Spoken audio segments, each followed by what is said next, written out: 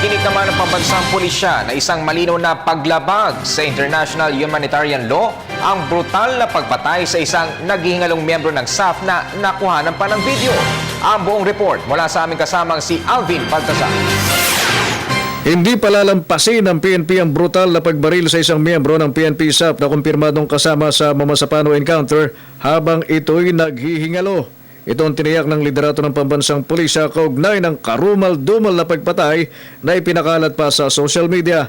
Sinabi ni PNP PIO Chief Police Chief Superintendent Generoso Serbo na kahit sa ang anggulo tingnan, hindi tama ang ginawang pagbaril pa sa ulo at panga sa isang SAF member na nooy nag-aaga buhay na. As it is, nakita natin yung video, hindi siya maganda, nakakalungkot.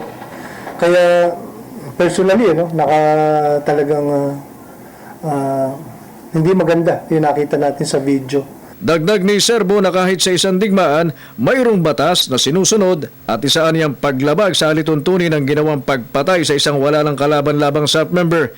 Inamin din ng general na napakasakit panoorin ang nasabing video na bukod sa tiniyak na patay na, ay kinuha pa ang mga gamit. Maski naman sa batas ng digmaan, maski naman sa mga conflict, may mga sinusunod na protocols. In addition to that, meron tayong mga international humanitarian law at may batas tayo dito sa bansa natin. That's a plain and simple murder, di ba? Wala nang laban yung binaril doon sa video. Sinabi pa ni Serbo na gawain ng taong walang kinikilalang batas ang gumawa nito kaya't kinakailangang matiyak na ito'y mapapanagot upang mabigyan ng hustisya ang mga nalagas nilang mga tauhan.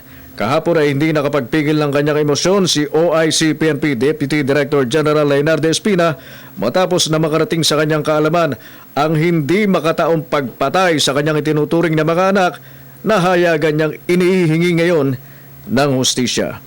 Para sa Telebisyon ng Bayan, Alvin Baltazar.